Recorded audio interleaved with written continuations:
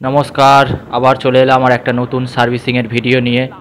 তো আজকে আমরা যাচ্ছি পুরসুরা থানার কাছে যে অয়েল মিল আছে সেখানেই আজকে যাচ্ছি। সেখানের ল্যাবে আমাদের সার্ভিসিং আছে, তো সেখানেই আজকে আমরা যাচ্ছি। তো চলো দেখতে থাকি ভিডিওটা। আপাতত আমরা চলে এলাম, এই হচ্ছে সেই অয়েল মিল যেটা তোমাদেরকে বলেছি। এবার আমরা সরাসরি চলে যাব মেশিনের কাছে। এই হচ্ছে আমাদের সেই এসিটা যেটা আজকে সার্ভিসিং হবে। এটা হচ্ছে ব্লু স্টারের ডেটনের এসি আছে। এটা আছে পুরো টপ ফ্লোরে, যেখানে এনাদের ল্যাব আছে, মানে সমস্ত অয়েল ফয়েল টেস্টিং হয় সেখানে।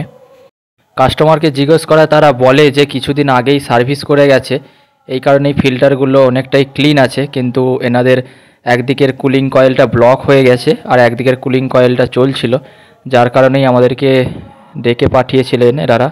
এরপর আমাদের সার্ভিসিংয়ের যেমন সিস্টেম আছে, প্রথমে এসির প্যানেলগুলোকে আস্তে আস্তে খুলে নিতে হবে। তারপর তোমাদেরকে দেখাবো এসির কুলিং কয়েল ব্লোয়ারটা কেমন আছে সেটাই দেখতে থাকো। এই হচ্ছে এসির ব্লোয়ারটা, যেটার অবস্থা খুবই খারাপ। দেখতেই পাচ্ছ কতটা পরিমাণ ডাস্ট এতে জমা হয়েছে, কারণ এদের যে অয়েল তৈরি হয় সেই তিল থেকে যে অয়েলটা তৈরি হয় সেই তিলেরই ডাস্ট এইগুলো সব। কুলিং কয়েল অনেকটাই মোটামুটি ক্লিন আছে। এখন যেটা আমাদের মেন কাজ সেটাই আমরা এখন এখানে শুরু করে দিয়েছি। জেট পাম্পও আমাদের অলরেডি লাগানো হয়ে গেছে আর এখানে সার্ভিসিংও অলরেডি শুরু হয়ে গেছে। এনাদের এসির যে ইনডোরটা আছে, সেটার ইনডোরের যে কয়েলগুলো আছে সেটা অল্পই ডাস্ট পড়েছিল, যার কারণে আমাদের ইনডোরটা ক্লিন করতে অনেকটা টাইম লাগেনি। কিন্তু বাইরের যে আউটডোরটা ছিল সেটার অবস্থা তো অনেকই খারাপ ছিল, যার কারণে একদিকের কুলিং বন্ধ হয়ে গেছিলো। এরপর আমরা দেখাবো বাইরের আউটডোরটা। এই হচ্ছে সেই বাইরের আউটডোরটা, সেটাই এখন তোমাদেরকে দেখাচ্ছি।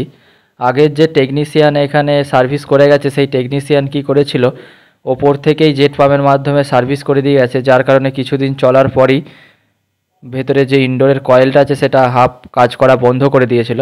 আর এখানে আমরা যে ফ্যানের সামনে যে গ্রিলটা হয় সেটা খুলে সার্ভিসিং করছি।